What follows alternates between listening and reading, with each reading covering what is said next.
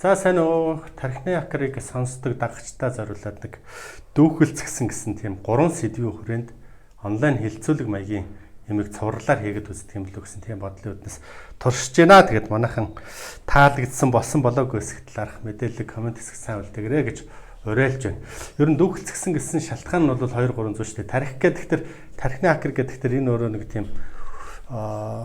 механик гэдэг шиг тийм мэдээллийн сантай ажиллаж байгаа юм шиг тийм зүйл байгаа байхгүй юу? Зүрх сэтгэл рүү бол хүрэхэд бол арай болоод тарих бол арай хүүтэнд байдаг.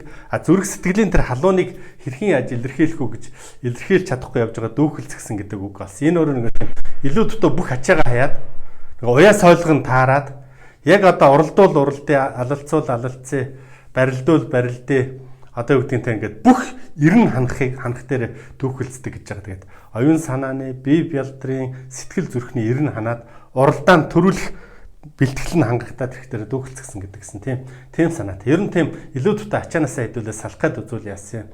Уурал бухимдсан бол тайвшрах гээд үзүүл яасан. Гомдоосон бол уучлах гээд үзүүл яасан.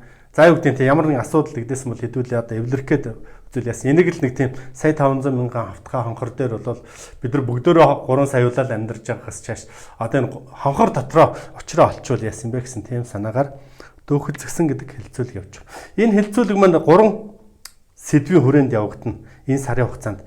Нэгдүгээрх нь бол бидний унсан тамийн тоогоо гэдэг. Тамийн тоогооны үлгэр яриад байдаг. Тамийн тоогооны үлгэр л монголчууд ярих дээр тэгэхээр тэр үнтэйг эвлэрсэн яг тийм байх хэрэгтэй юм шиг ингээд бодогдоод яриад байдаг тэр зүйл байгаа. Яг ямар тоогоонд унчуу яаж гарах уу гэдэг талаас. За хоёр дахь нь бол Азийн цагаан дагна гэдэг тэр та бүхэн ойлгож байгаа хэрэг нь гараар мэлсэн Азийн цагаан дагна уран тосгоор шүлгэлсэн хүслийн сүл дуулал гэд шүлэг байдаг та. Тэгээд тэрнээс цаашлаад бид нар Улаанбаатар хотыг бид нар Азийн цагаан дагна гэж нэрлсэн. Одоо харамсалтай нь Азийн цагаан дагнада хүрч чадах нүггүй юу гэдэг талаасаа яаж Улаанбаатар хотын асуудлыг шийдэх үү, яаж төгжрлөөсөө шийдэх үү, яаж утаанаасаа салах уу, яаж энэ хүмүүсийн харилцаа, хандлага, соёл, дэг соёлд нь арай өөрчлөлт оруулах уу гэдэг талаас нь. Гурав дахь нь бол боловсрал. Энэ миний ажиллаж байгаа салбар. Тэгээд ер нь бол яг өнгөрсөн 4-5 жилийн хугацаанд бол боловсролын тогтолцоог хэрхэн яаж өөрчилж болох уу гэдэг талаас нь хүүхдүүдтэй, насанд хүрэхчидтэй, тэгээс боловсролын хөтөлбөрүүдийн хүрээнд бол бас тодорхой хэмжээнд ажилласан одоо сонгож ажиллаж байгаа ажилласан багууд байгаа. Тэднийхээ мэдээлэл яриа хориг нэг иймэрхүү байвал яасан гэсэн тэр бодлын үднээс хүрэх гэж байгаа. Тэгээд энэ дор бол одоо комент хэсэгт ч байдаг юм уу та бүхэн өөрсдийнх бүх бодлуудыг хуваалцаад энэ чиглэлээр ярмаар сэдвтэй хүн байгаа бол яриулаад ингээд нэг тийм хэдүүл ингээд хамтдаа асуудлаа хэлцдэг нэг тийм шин зүйлийг туршиж үзье гэж бодож байгаа. За тамийн тоогоо уншлах гээд байгаа. Бидний унсан тамийн тоогоо гэдэг тэр зүйл юу юм бэ? Энийг нэг сайхан болж өгдөг бол тодруулаад дэлгэц дүр ячаар. Одоо бол миний дүрсээр яг өгдөг ш. Тийм юм. За манай одоо төр засагт ажиллаж байгаа төмөн олон нөхдүүд Harvard, Cambridge гэдэг ингээд ярьдаг. Тэн төгссөн хүмүүс супер гэдэг ингээд ярьдаг. Тэгээ Harvard-ын бизнесийн сургуулийн хэсэг санагдсан хэсэг профессорууд бол дэлхийд яг нэг тийм 60 гаруй мянган хүнд судалгаа хийсэн, бараг 20 жилийн судалгааны ажил хийсэн. Тэгээд юу гэдэг нь амжилтанд хүрсэн хүмүүсийн судалгаа хийсэн. Ямар хүмүүс бизнест илүү амжилт гаргаж ийнө гэдэг талаар судалгаа хийгээд нэг тийм хүмүүсийг ерөнхийдөө 4 бүлэгт хуваасан байна. Нэгдүгээр бүлэг хүмүүсийг сохор номин гэж нэрсэн байна. Энэ бол нийт хүн төрөлхтний 27% сохор номингууд юм байна. Сохор номин гэд бодох дээр энэ бол мэдээж ямар ч зориггүй, алсын хараагүй, зөвхөн өнөөдөр маргаашийнхаа хоолныхоо төлөө амьдардаг нөхдөд байгаа байхгүй. Аригчдыг, хар тамхичдыг, ажилгүйчүүдийг, ядуучуудыг одоо юу гэдэг нь тийм нөхдүүдийг бүгдийн сохор номин гэж тооцсон байна. Яг бид нар бүгдөө нийлээд за бараг энэ тэг хөв рүү тэмүүлэх гэж байсан та. Дэлхийн нийт эд баялагын одоо нийт хүн төрөлхтний 27% мөртлөө дэлхийн нийт эд баялагын нэг хүрэхтэй хөвгөтэй хувийг эзэмшдэг. Эдгээр юу гэхээр нөгөө өмссөн цамц шорт подологноос өөр олигтой өмчгүүл гэсэн үг юм бол. Тэгээ нүцгэн ирээд нүцгэн боцно гэсэн тийм оройтой юм шиг тийм. Тэгээд зөвхөн өнөө маргаашийн хоолныхоо төлөө амьдардаг. Тэгээд нэг тийм одоо нийгмийн асуудалтай бүлэг гэд нэрлэлсэн байгаа юм да. Тэгээд тэднэрээ сохор номин гэд нэрлэлсэн. Эдгэрт бол ямар нэгэн тийм үн цэнтэй зүйл, үнэтэй мөнтэй тийм юм бол байхгүй.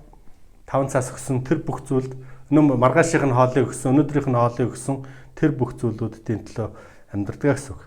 За хоёр дахь нь бол дахиад хүн төрөлхтний 60% нь нийт эд баялагын 5 орчим хувь нь гэдэг. дахиад бол одоо зүгээр амтныхын шинжээр ингээд бодохдоо өглөө эрт босдог, донгоддог, одоо юу гэдэг ташаа орон дотроо гүйдэг, өндгөлдөг, өндгөө эзээч өөрийнхөө үр шимийн өгтдгөө өндгийг эзэн авч банждаг, алтан өндөг гэдэг яриа хэлцээр алтаар өндгөдөг дахиад өөргөөштэй бизнесийг яадаг гэсэн тийм санаа. Энэ нөгөө ерөнхийд нь бол цалингаас цалингийн хооронд тэтгэврээс тэтгэврийн хооронд амьдардаг, нэг орлогоос нөгөө орлогын хооронд амьдардаг тийм бүлэг давхар хүмүүсийг бол ерөнхийд нь дахиа гэж нэрлсэн байлээ. Эдгээр яадаг вэ гэхээр дахиа шиг таг сохор гэдэг нэг хэлц байдаг да та бүхэн анзаарч хардаг бол дахиад хийдэг болсод яадаг. Энэ 50 см-ийн тойрогтол хардаг гэсэн тийм санаа. Тэгэхээр өнөөдөр маргаашийн хүмүүсийн хоорондын харилцаа тэгээд ховж юу ярьж өдөржин тэр тэгсэн гэн энэ гэсэн гэн тэгсэн байна хоорондоо задлаж нүдэлдэж гүйж харайж ажиллаж хөдөлмөрлөж орилж чарлаж нэг насыг барж байгаа хүмүүс л гэсэн тийм санаа. Гэхдээ хоримтлал бий болгож чадаагүй. Амьдралын зорилго юу гэхээр байртай болмоор нь, машинтай болмоор нь гэдэг амьдралын зорилготой. Тэгэл тэрнийхээ төлөө ажилласаар байгаа л, тэрнийхээ төлөө амьдрсаар байгаа л, тэрнийхээ төлөө өгдөг тийм давхраг гэж ерөнхийд нь нэрлсэн байгаа л. Тэгээ манайхан бити энэ дээр нэг тийм цэрвээ дуурлаад чим өмөө гэдэг мунаар энэ нөгөө гайхамшигтай Харвардын бизнесийн сургуулийн нэртэй эрдэмтдийн баг судалгаа хийж тогтоосон тийм зүйл. За эдгээр хүн төрөлхтний нийт баялагын хоримтлуулсан баялаг өнөөдөр дэлхийд дээр бий бас нийт баялагын 5 орчим хувийг энэ дахианууд эзэмшдэг гэсэн тийм дүгнэлт гарсан. Мэдээж гэр орондоо очиод сайхан дараагийн өндгөө гаргахын тулд одоо ажлынхаа тэнд нөхөн сэргэх хэвээр хоолундаа итгэхдээ дулаан хэвтэртэй хонох хэвээр учраас дахиануудын зорилго тийм юм уу да гэж бодсон. За 3 дахь давхаргын хүмүүсийг сармагчингууд гэж нэрлсэн нийт хүн төрөлхтний 10%-ийг сармагчингууд эзэлдэг гэж хэлсэн байгаа юм л да нийт хүн төрөлхтний. Тэгэхээр 100 хүн тутмын 10 сармагчин байна гэсэн үг болох гэдэг шүү дээ. Тэгэхээр сармагчингаар нь төсөөлөхдөө сармагчин бол дуурайдаг, элгэлдэг одоо юу гэдэг нэг одоо арай авсгаа самбаатай арай илүү бусдаас бодож сэтгэдэг сүргэлж амьдардаг одоо юу гэдэг нэг бас нэг хамтын хариуцлагт нийгмийн тогтолцоог бий болгосон ч байдаг юм авсгаа самбаатай шаардлага бол хулгайлдаг урддаг ч байдаг юм нэг тиймэрхүү зүйлсүүдийн характер сармагчин дээр илэрдэг болоо. За хамгийн сармагчингийн онцлог чадвар бол суралцах чадвар байхгүй юу? Бусдаас дуурайх, хуулбарлах чадвар сайтай. Хин хаана ямар сайн сайхан юм хийж, хэн хаана юу хийж, хэн хаана ямар бизнес хийж, тэрийг маш хурдтайгаар хуулбарлаад дуурайгаад хийчихдэг. Илүү одоо шинээр сэтгэж бодохоос илүү тэгээд хуулбарлахын төлөө явдаг. Ерөнхийдөө хятадууд бол сүүлийн 30 жил хуулбарлсан дуурайсан одоо тэд нар бүтээх чадамжтай хүрчээд байгаа тийм зүйл гэдэг талаас нь харах юм бол сайн хийж чадахгүй л өөрөө мэдэхгүй л зүгээр хуулчгал гэдэг санаа байхгүй.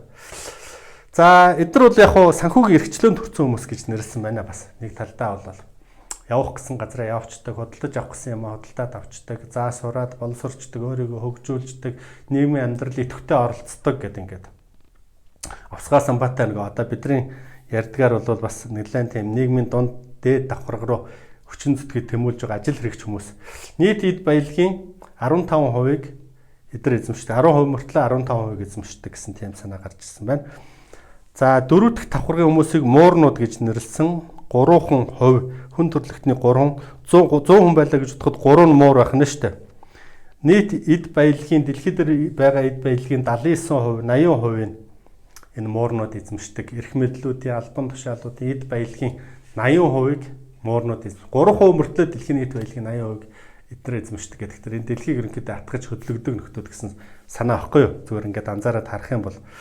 Тэгээ муураар хэдүүлээ бодъё л да. За муур бол ямар ч өндрөөс шидэхэд дөрөв хөл дээр буудаг байж таарж байна. Маш сэмээрхэн байж чадж байна. Жохон хуржигндэг байж болж байна. Цэвэрч нямбай байж болж байна. За юу гэдэг нэг тийм муу санаатай байж болж байна. Дайсан луугаа гиндүүлж байгаа тогтолдог байж болж байна. Давтлах цаг хугацаагаа төвчээртэй хүлээдэг байж чадж байна, тийм үү? Өдөр шөнийн альч амьдралд амьдарч чаддаг байж болж байна. Нүдний хараа мэдрэмжийн хувьд одоо юу гэдэг нэг далд мэдрэмж нь ажилдаг, өдөрч хардаг, шөнч хардаг гэдэг ингээд олон зан чанаруудаас нь болж мөрийг сонгож авсан болоо гэж бодож байна. Тэгээ эдгээр яг уу гэдэг тэр хүмүүсийн хийж байгаа зүйлийг хийдэг үгнэ. Өөр хүмүүс хийгээгүй талбар юу байна? Сул орон зай юу байна? Тэр улаан тэнгис, цэнхэр тэнгисийн стратеги гэж тэр хүмүүс загас бужигнж байгаа тэнгис дангуйчлахыг боддгоо арай тэр хоосон хөнгөө байгаа газар гэдэг ч юм уу шин нэмийг нээдэг, бүтээдэг, сэтгэдэг тэр хүмүүс одоо юу гэдэг. Эргүүлдэг гар утастай байхад утасгүй гар утас ч гэдэг юм уу. Интернет, Facebook, Twitter одоо юу гэдэг орчин үеийн оюун сошиал платформын шинэ бизнесүүдийг хийж байгаа бүх хүмүүсийг сэтгэж байгаа бүх хүмүүсийг муурнууд гэж ерөнхийдөө нэрлсэн. Ангид сэтгэдэг хүмүүс. Эдгээр цөөхөлхнөө мөртлөө ерөнхийдөө дэлхийг хөдөлгөж, дэлхийг одоо юу гэдэг бидний амьдралыг шийдэж, улс төрдөж, бизнест ч эдгээр амжилт олж идэг тийм нөхцөл гэсэн байна. Муурнууд. За тэгвэл бид нар юунд унчаад байгаа юм бэ гэдэг тэр.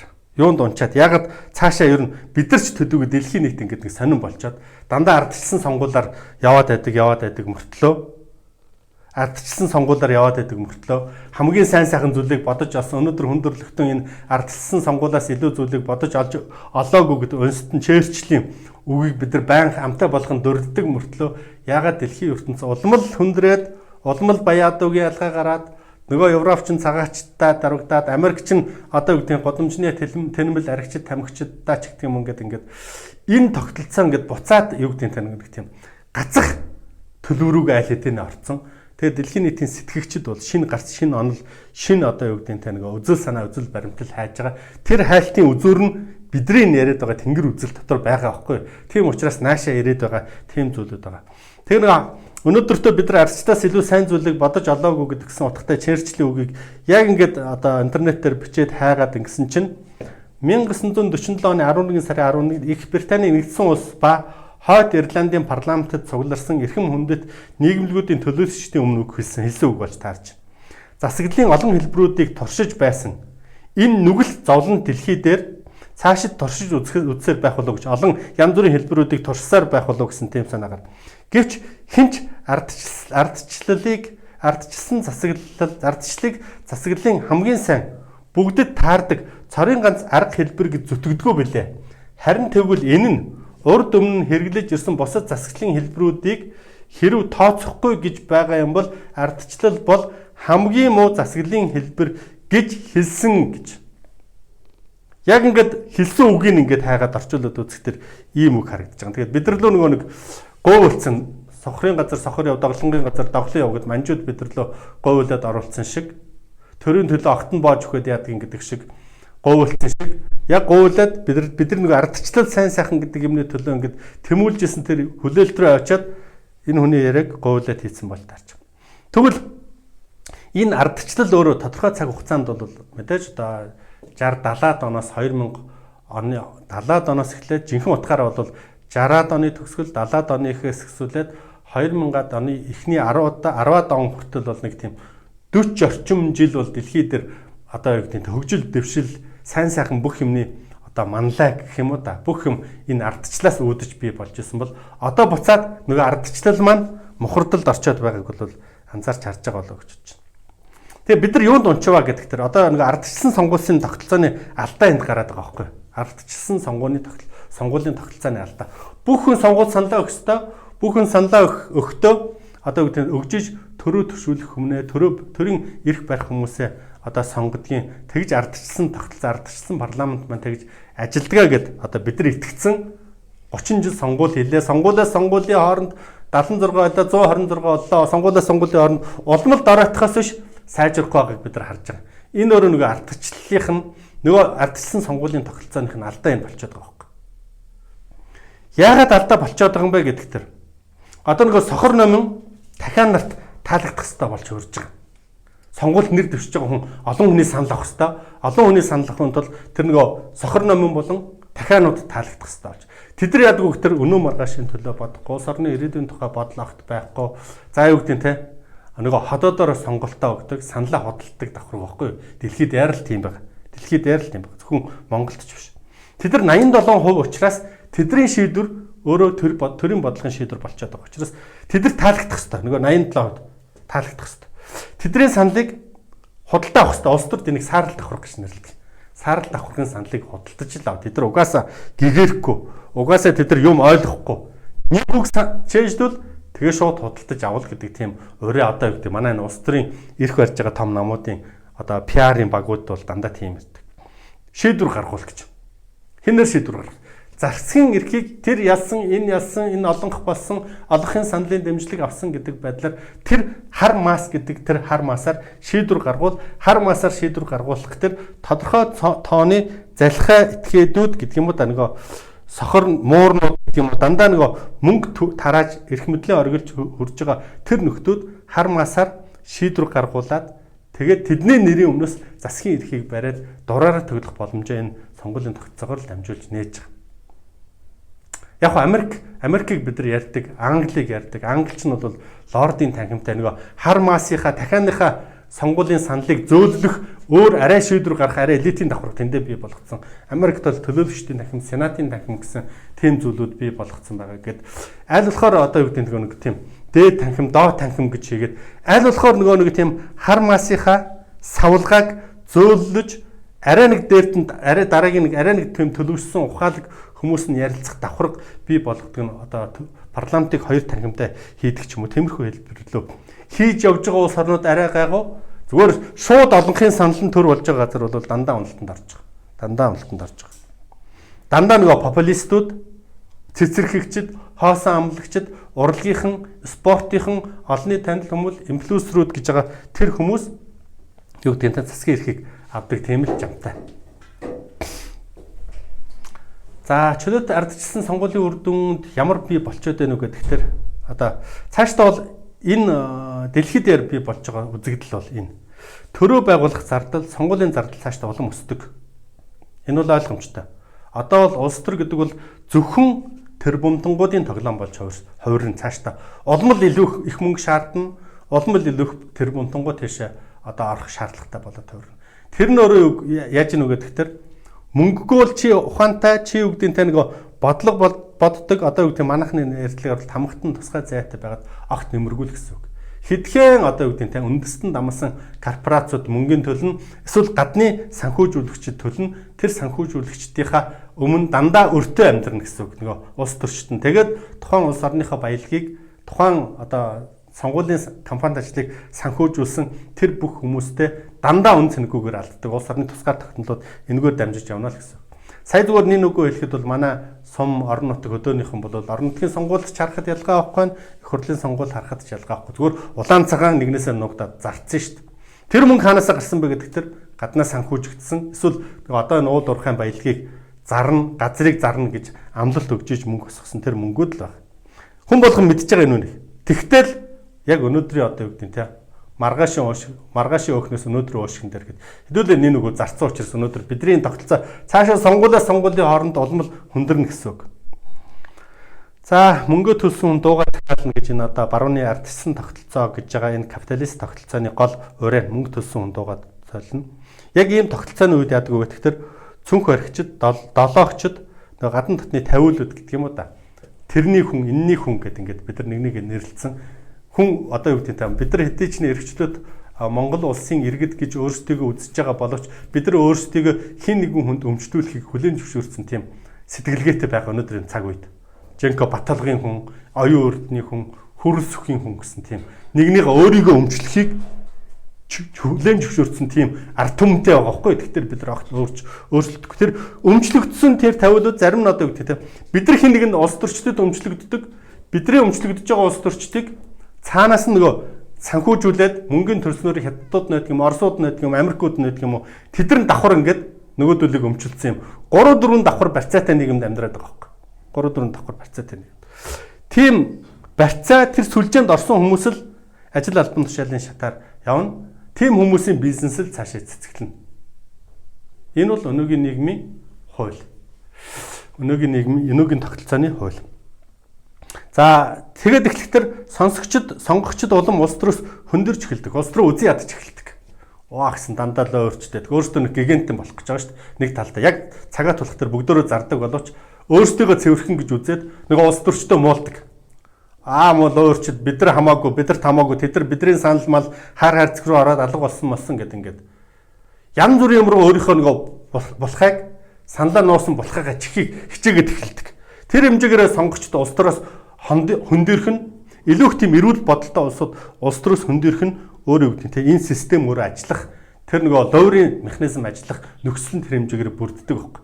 Тэгэхээр бүгд уг нь улс төр гэж одоо үүдээ гадны улс орнуудад бол власт политик гэдэг ингээд засаглал тал руугаа байгуулвал манай монголчууд улс төрөөр нэрлэснээр нь улс төр гэж улсаа бид нар өөрөөсөө төрүүлсэн гэдэг яг энэ утгыг харах хөөхд бол хүн болгон оролцох ёстой, хүн болгон улс төрийг сонирхох ёстой зүйл болж таарад ингэн. За дараа нь бол популизм, халамж хавтгаар мэдээж нөгөө сохор номонгууд, дахианууд 87% таалагдах учраас таалагдахын тулд эдгээр популист амлалт хэрэгтэй болно. Та нарын өөрийг алтан өөрөнд өөрлүүлнэ. Өдөр болгон сайхан алтан будаа тоншуулна. Өдөр болгон архины чинь мөнгөийг үнгүй өгнө. Эдэрт л таалагдана. Эдэр таалагдана. Бид нар мэдж байгаа дандаа хотлон амлна. Цалингийн нэмэн, тэтгэврийн нэмэн, одоо юу хвчлээ хүүхдийн халамжийн мөнгө өгнө, автобусны мөнгө өгнө. Дандаа тийм амлалтууд чинь нөгөө сохор ном болон дахиануудын саналыг худалдаж авах чиглэгдсэн тийм хөшүүргийн механизмууд болоод байна. Тэгээ ингээд эхлэхдээ төр ард түмний өр нэмэгдэнэ. Олох эрхийн балгаар өвдөнө гэсэн байна л да. Манай өр 90 онд засраагаа онгоцны хошууд дээшээ өндийхэд нэг 300 500 сая доллар байхад бол манай Монгол улс нэг жаргалын цэнгэлийн мандат төрөө тонглын үзүүрт гэрэл харагдах нэ гэж тэр үед ярьж ирсэн. 500 сая доллар. Одоо зүгээр захын хүний амнаас тэрбум доллар гэдэг ярьцуулсан. Бидний монголчуудын одоо юу гэдэг нь гадаад орчин бол аль хэзээний 30 тэрбум доллар хүрсэн гэж. Одоо нэг хүнд хэдэн 30 сая ч лөө тийм төгрөгний өртөө гэдэг ингээд сонгуулиар яриад байсныг та бүхэн санаж байгаа. Америкийн өр бол үндэсний нийт бүтээгдэхүүнээс 2.5 дахин нэмэгдсэн байгаа нөгөө ардчилсан гэгдэж байгаа Америк ор. Тэр Америк орны өрний дийлэнхийг хятад худалдаад авсан байгаа ч гэдэг юм уу. Нөгөө Японы өр чинь үндэсний нийт бүтээгдэхүүнээс 1.5 дахин давцсан байгаа. Яг гэвэл энэ популист сонгуулиуд явж байгаа учраас дандаа популизм дандаа ингэж төрийг ард түмнийг өрийн сүлжээгээр барьж, өрийн сүлжээгээр дарамтлж барьдаг тэр юу бий болчдөг. Олон хол зүгээр нэг эрхэлсэн тэрч болохгүй байна, энэч болохгүй байна, тэр мөн nooш, ингэмэн nooш, ингэх стол гэхээс биш өөрсдөө оролцдог. Сонгол өгдгөө Facebook дээр маш идэвхтэй шүүмжилдэг, маш их одоо хил ам хийдэг нөхдүүдийг ингээд дийлэнх нь би баг танил л да. Ингээд яг цагаа тулах дээр тэд нар сонгуульд огт өгдгөө нөхдүүд харагдаж байгаа юм. Тэг өөрсдөө оролцохгүй, өөрсдөө хариуцахгүй гэж хотлоо хүмүүсийг торхирдаг ийм нөхдүүдийг. За тэгээд одоо бол шинэ юун дээр сошиал хэн таалагдж гин тэр сошиал таалагдахын тулд шийдвэр гардаг гэсэн. Урт тодорхой хугацааны бодлогууд алга болоод нэг 3 хоногийн санамхайтай олон нийтийн санамжид тохируулаад сошиалд нийцсэн шийдвэрүүд гараад явж байгааг бид нар ингээд хангалттай харж байгаа. Энэ бол яг хөөхтөр нэг улс төр судалдаг судлаачид дэлхийн дахны эрдэмтдийн одоо энэ тогтолцоог болох байна гэд шүүмжилсэн шүүмжүүдийн л төгөөд авсан гэсэн үг. Одоо бол дэлхийн дахин том хямрал, том сорилтын өмнө тулж ирсэн. Тайм болж байгаа. Улс орон болгонууд одоо энэ засаглалдаа дургу болсон. Одоо яах вэ гэдгээр эрдэмтэн судлаач дэлхийд дээр хайж байгаа. Одоо яах вэ гэд. Одоо хүн болгон л асууж байна. Надтай уулзсан болго одоо харин яах юм бэ?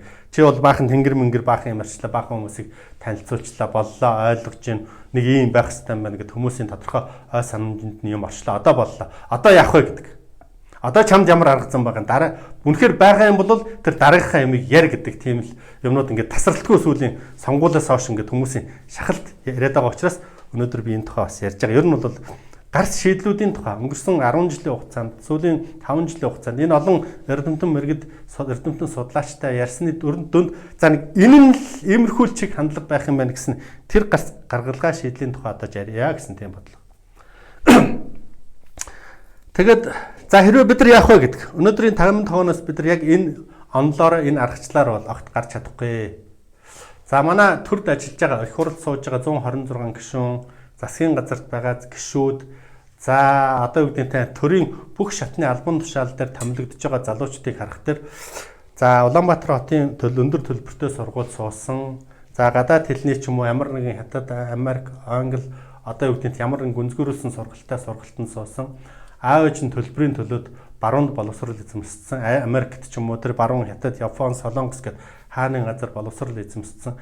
Тэнд байгаа бүх зүйлээ үнэн гэж бодоод ирсэн сэтгэл зүрэхтэй тийм залуучууд дөрөн төр нийгмийн бүх байгууллагуудаар дөрөн аав ээжээс арын алхахтаа мөнгө санхүүгийн хувьд хомсдолд орж үзээгүй тэгээ үгдийн те нэг дандаа бэлэн тийм амьдрал дондор өссөн. Энэ гэр хорооллын болон тэр хөдөө орон нутгийн амьдралыг огт мэдгүй залуучууд төрийн байгууллагаар пиг дүүрсэн харагдчихжээ. Та бүхэн захын байгууллагын Facebook руу Евродгийн сайт руу ороод юуг нь уншаад үзээрэй. Танилцуулгуудын л уншаад бүгд л тийм боловсралтай тийм гэд. Тэг үнэхээр одоо юу гэдэг те бүх төрийн байгууллагуудын бүх сүлжээд дүүрэн гадаад дотоодгүй өндөр боловсрол эзэмсэн сайхан шинэ үеийн залуучууд дүүрэн чигсэн байж яагаад өнөөдөр залуучуудын хооронд тэрвэнтэй очиж тэрийг найрна, энийг зохицуулна, тийм ажил зохицуулна, тийм тендер зохицуулна, тийм авилгал зохицуулна гэдэг яриа тэдний амнаас тасрахгүй байгаа юм байна. Хаан ч утсан тийм л яриа яригдэж байна. Ийм имийг бүтээч, тийм имийг бүтээч, ингээд зохицуулч, ингээд ард түмнийх амьдралыг дээшлүүлчих гэсэн яриаг би лав огт сонсч чадахгүй. Миний явж байгаа газар ярихгүй байж магадгүй. Тэгтээ ялгаагүй байна дөө. Тэр төрийн бүх байгууллагуудын шатаар энэ засагт байгаа улс төрийн эрх барьж байгаа 3 намуудын бүх штабууд, орон нутагт байгаа бүх хүмүүсийн хүрээлэлд ороод сонсоод үзэхдээ дандаа зохицуулах тухай л асуудал ярьж байна. Яаж төрөөс мөнгө идэх үү? Яаж төрийн мөнгийг зохицуулах уу гэдэг тухай ярьж байна. Үнэхээр өндөр боловсралтай юм бол тэд нар яагаад чадахгүй байгаа юм бэ гэдэг асуулт. Өөр юм яагаад ярьж чадахгүй байгаа юм бэ гэдэг асуулт. Тэгэхээр санааны хомсдолд орчиж нөгөө өр сэтгэл гэдэг тэр сэтгэл зүрхний хомсдолд орцсон. Зөвхөн ийм нийгэм ингэж амьдрах ёстой ингэж мөнгөөр эрх мэдлээр албан тушааллаараа төрүүлж барьж амьдрах нь өөр ардчлалын үнэт зүйл гэдээ ойлгоцсон. Бүхэл бүтэн давхарга байгаа учраас бидний амьдрал нөгөө унсан харанхуй хар нөх маань тамийн тогоо маань мөдтөө энэ дүүрэх ч юм уу аятайхан болох тийм найдлага огт байхгүй нэ. Тэгээ дээр нэмээд тэнд байгаа бүх залуучууд хятад төгсөн хятадынхаа юмыг үнэн зөв гэдээ итгэсэн. Япон төгсөн Японыхаа юмыг үнэн зөв гэдээ итгэсэн. Баруун төгсөн барууныхаа юмыг үнэн зөв гэдээ итгэсэн. Тэгээ бидний хооронд үнэт зүйл, үзэл санаа, итгэл үнэмшил, шашин шүтлгийн асар том зааг, ялгаа, хагарал гарцсан. Тэгээ бид нар эвлэлдэн нэгддэгчгүй, нэгнийгээ дээш нь гаргадагчгүй, тамийн тогоо мань бол ажиллаад байдаг. Ив нэгдэх үйл явц маань ажилтгүй нэг юм санаа юм болчихлоо. Тэг яг зүгээр яавал бид нар хүчрэгжил сэргэн мандсан гэдэг өнгөрсөн улам рүүгээ л эргэж харахаас өөр арга байхгүй. Тэгээд тэр харах дээр бол бүх хүнтэй ярихад нэр байж магадгүй гэдэг нэг сэтэл ардын тогтолцооны талаар муу хэлж чадах хүн маш ховор байгаа байхгүй. Ардын нам бол өөрийнхөө гишүүнчлийн сүлжээгээ 5-ын тогтолцоогоор хийцэн байна. Ардсан нам бол нэг 10 хийх гэж үзээл чадахгүй норж унаал ингээл хүн нам бас 10 хийчих санаатай тэр дотор ингээд үзээд байна. Тэгэхээр 10-ын тогтолцоог хэн хийж чадаж хууль эрх зүйн хүрээнд оруулж чадвал тэр л явах гэдэг. Магадгүй царгаац үлдэж байгаа систем. Энэ бол тэр нөгөө ардын нам дээр ч юм уу арслан нам дээр хүн нам дээр 10-ын тогтолцоог хийж байгаа систем нь харах тэр тоон дээр бодцоод байгаа боловч яг цаана нөгөө философийн огт ойлгохгүй. Философийг ойлгохгүй бол тэр хийж чадахгүй байхгүй. Энд чинь нөгөө хамтын хариуцлагын тогтолцоо нэгнийхээ амийг хамгаалдаг, нэгнийхээ хязгаарч хайдаггүй тогтолцоог зүгээр санал авдаг механизм болгох, сүлжээний механизм болгож ашиглах гэдэг болох тэр явахгүйгээр байна. За жишээлбэл нэг яаж ажилласан үедээ өвчтөй байсан бэ гэдэг тэр модон шань одоогоос 2300 гаруй жилийн өмнө 10-ын тогтолцоог цэрэг аримдаа нэвтрүүлсэн. Эхлээд морилууга, их морилуугаа 3 дахь удаага аавруугаа харахад ямар ч эргэлзэхгүй харуулж чаддаг төмөн одоо хөх зэрэгтэй гэдэг юм уу да болж чадсан тэрийг 10 цуудын тогтолцоогоо аримдаа энэ тогтолцоог нэвтрүүлж чадсан бүх цэрэг армийнхаа хүмүүсийг нэг санаатай болгосон, нэг үйлдэлтэй болгосон, нэг зорилготой болгосон, нэг команд удирдлагын дээр ажиллах чадамжтай болгосон учраас энэ өөрөө дэлхийн хэмжээний эзэнт гүрэн байгуулж чадсан. Тэгвэл ИХА маань 800 гаруй жилийн өмнө нөгөө 10-ын тогтолцоог дахиж сэргээж авсан гэдгээ бол ноос тавчхан дээр хэлсэн шүү дээ. Сэргээж авсан. Тэгвэл арай боловсронгуй болгосон. Боловсронгуй болохдоо цэргийн тогтолцооноос дээр нэмэх нь одог омог засаг захиргааны нэгжийн удирдлагын тогтолцоороо оролцсон. Засаг захиргаа нутаг дэвсгэрийн удирдлагын тогтолцоороо оролцсон. Мянгатын оюутнууд, төмтийн оюутнуудыг засаг нутаг дэвсгэртэй нь хариуцуулаад, ард түмэнтэй нь хариуцуулаад, тэгээд тэрэндээс 10 100-ын тогтолцоогоор цэрэг дайшлах чадамж, зохион байгуулалтын чадамж болгоод харьцсан учраас энэ хоёулаа 10-ын тогтолцоог дээр нөгөө тэр хамтын хариуцлага нэг нэгнийхээ амийг хамгаалах, нэг нэгээ дэмжих, хинээгээ ч харихгүй байх гэдэг тэр Монгол ихтгэл үнэмшилтээр суурилж хэрэгэлсэн учраас хоёулаа сэрэг мандсан.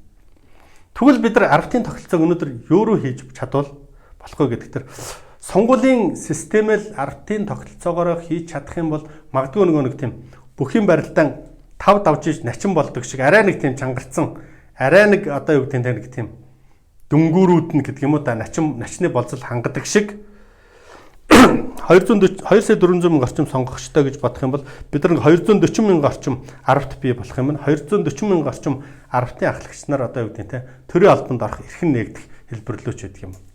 За дараа нь 240 мянган 10-т нь дахиад дундаа зохион байгуулалтанд ороход нэг 24 мянган орчим одоо 100-ын ахлагч нар байлаа. Энэ бол бүх аймаг биш сум дүүрэг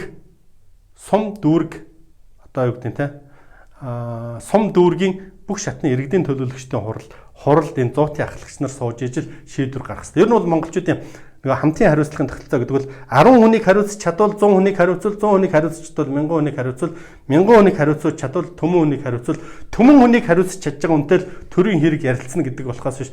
Зүгээр сургууль төгсчлээ аавынхын төлсөн мөнгөөр төрд очих дээр төрийн хэрэг хариуцж чаддгүй маа гэдэг санаа. хариуцчиж хүн дотроос ядаж нэг 10 хүн дотор хүлэн зөвшөөрөгдөж дээшээ явдаг нэг мерит тогтолцоо гэдэг бол энэ 10 зуутын систем байхгүй. За мянгатын ахлагч нар ч гэдэг юм мянгатын одоо 10 зуутын ахлагчны дундаас гараад ирсэн аймаг нийслэл дүүргийн иргэд дуурал. За тэрнээс дээш нь 240 орчим мянга төмд бий болох болцоотой болж хуурж байна. Тэгээ 240 төмтийн ахлагч нь улсын дээд хурлч гэдэг юм уу. Тэгээд улсын баг хурл гэдэг ч юм. Иймэрхүү сонгуулийн системийн өөрчлөлт бид нар хийж чадах юм бол сонгуулийн явцад чангарна. Дэлхийн нийтийн нөгөө хайгаад байгаа хэнийгээ ч хайдгүй бүх хүнээсээ саналыг авдаг, бүх хүнээ татан оролцуулдаг, бүх хүнээ анхаарлын гадна хайдгүй тэр тогтолцоо өөр 10-ын тогтолцоо байхгүй. Энүүнийг бид нар одоо юу гэдэг нь алтан дэд үнийн айлгуу ярьж байгаа хүмүүс л тэр алтан дэд үнийн айлгуу туйлын зөв яг энэгээр явах хэрэгтэй гэдэг. Зүгээр бид нар алтан дэд үнийн айлгуун дээрээс үн цэнийг аваад, философи зарчмыг аваад тэр Монголын улс давж байгаа Монголын өнгөрсөн бүх түүхүүд 1940 оны үндсэн хуулийн дээр хүртэл хороо хорин гэд байж байгаа 10-ын тогтолцоо алдагдаагүй байсан тийм харагдаж байгаа байхгүй.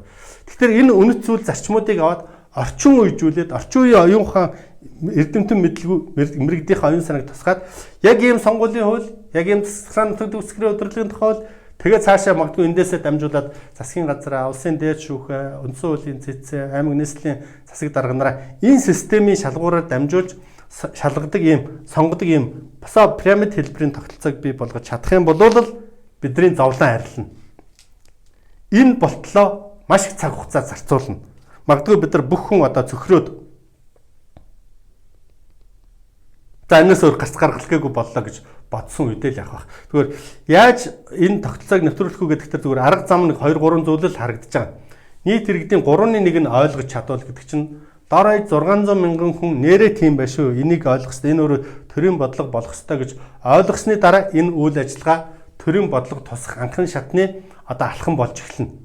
Ард түмэн ойлгохгүй л 1 2 хүн ярих юм бол энэ зүгээр мөрөөдлийн багийн гишүүний мөрөөдөл хийх л баггүй юу. 3/1 нь 600 мянгаас доошгүй хүн нь ойлгочвол гээд миний нөгөө 600 мянган хүнд ойлгуулчихсан тэнгэр үзэл гэдэг юм ойлгуулчихсан гэсэн яриад байгаа зүйл маань цаанаа ийм учиртай. За магадгүй зүгээр ерөнхийлөгч, ерөнхий сайд, хурлын дарга марга гэдэг ингээд төрийн өндөрлгүүд маань ойлгоос санал нэгдээ за хэдүүлээ одоо ер нь бүх юм аа нэг систем өөрчлөлт хийчээ гэд тохирол ард түмэн маш хурдан дагчих гэдэг. Тэгэхдээ манай хэд маань хэр зэрэг ойлгохтол хэр зэрэг бодох бол мэдэхгүй. Ард түмэнтэй ойлгуулах энэ гурав ойлгуулах хоёрын хугацаанд баг ижилч байж магадгүй гэж бодож байна. За улс төрийн намууд, улсын их хурлын гишүүд, улс төрчид за энэ баг ойлгох тэр одоо юу гэдэг нь 50 дээр нэмэх нь 1% нь ойлгох хэвээр ойлгох магадлал бол баг байхгүй гэж би бодож байгаа. Ягаад гэвэл дийлэнх нь одоо нөгөө гадаадд сургууль төгсөн багаасаа өөр соёлыг итгэж үнэмшил одоо шүтээд өссөн хүмүүс яг энэ үнийг хүлээж авах нь юу бол би мэдэхгүй байна. За ховсгал хийх гэж. За тэгэхэд энэ хийгээд одоо юу гэдэг нь нөгөө хийсний дараа дахиад өөр тийш явчих юм бол баг хийгээгүй бөөн гар золоод улсаа нураач гажраас энэ маш эрсдэлтэй. Тэгэхээр магадгүй хамгийн боломжийн хувилбар бол энэ ард түмний 3/1 нь ойлгоод эхлэх юм бол 3/1 нь ойлгоод нэрээ тим гэд яриад эхлэх юм бол ард түмэндээ таалагдахын тулд улсын хурлын гишүүд, улс төрчид, улс төр сонирхож байгаа хүмүүс, намуудын дарга нар хүссэн үсээгүй тэдэр таалагдахын тулд ойлгох гэж оролдож ирэх байхгүй. Тэрнээс наан бол энэ орохт ойлголт. Тэгэх юм бол магадгүй одоо төрийн дээд шатны байгууллагад сонгож байгаа улс төрийн хүмүүсийн хүсэл эрмэлзэл нэг зэг рүү ойртоод эхлэх юм бол одоо ирэх барьж байгаа хүмүүс нь одоо бас ойлгох энэ ийм өөрчлөлт шинжилэл хийвчвэл яасан гэсэн нэг тиймэрхүү бодолд автаж магадгүй л гэж бодож байна. Гэхдээ бид нар энийг хэдийр хугацаанд одоо ард түмнийхээ 3/1-ийг энийг хүлээн зөвшөөрүүлж чадах юм мэдэхгүй. Зүгээр бидний чаддаг бол нас хүрээсэй л гэж бодож байна. За хоёр өөр систем байгаа. Одоо бидний өнгөрсөн хугацаанд явсан систем гэдэг бол эзэн эрхтээр суурилсан хамтын хариуцлагад нийгмийн тогтолцоо гэж энэ тогтолцоо авах ерөнхийдөө дүгнэх юм болол өнгөрсөн хугацаа. Өнөөдрийн дэлхий дээр явж байгаа ард түмэн тогтолцоо гэдэг нь хүний эрхтээр суурилсан хувийн хариуцлагад нийгмийн тогтолцоо гэж байна. Хоёр өөр харахад нэг ялгаагүй юм шиг мөртлөө хоёр өөр нийгмийн бүтэц байгаа байхгүй. Тэгэхээр одоо бид нар яг хөө тэр эзэн эрхтээр суурилсан хамтын хариуцлагад нийгмийн тогтолцооны загварчлал гэдэг юм а бүтээгээд тэрнийхээ бүх онол, номлол, одоо бүх байршил, байрлал, хууль, дүрм тогтоолууд хийгээд тэрийг л ард түмэндээ ойлгуулах ажил гэдэг юм уу да. Энэ 5 жил үргэлжилнэ үү, 50 жил үргэлжилнэ үү, хэдүүр хугацаагаар үргэлжлэхээс үл шалтгаалan ийм л ажлыг тэнгэр үзэлтэй хүмүүс минь намайг дагж байгаа пэйж дээр байгаа хүмүүс, ээжүүд одоо юу гэдэг нь нэрээ одоо яачих юм болоо сайн сайхан цаг ер нь ирэх нүггүй юу гэж бодож байгаа. Тэр бүх хүмүүс хамтын хүчээр энэ ажлыг л хийцгээе да. Хийх цаг болжээ гэж бодож байна. Тэгээд хэдүүл энэ хилцүүлэгт санаа оноогоо ярих. Тэгтээ нэг тийм хийрхэд байлгүй, хин нэгнийг хараа зүхээд байлгүй, хувьсгал тэмцэл гэдэг ингээд ард түмнийг өмүүлээд бужигнуулаад байхгүй. Илүү их тийм одоо тогтвортой, амлалтай, номлолтой ярих бүх хүмүүс байвал би урьж одоо нээлттэй ярилцах хүсэлтэй байна. Ингээд анхаарал татсанд баярлалаа.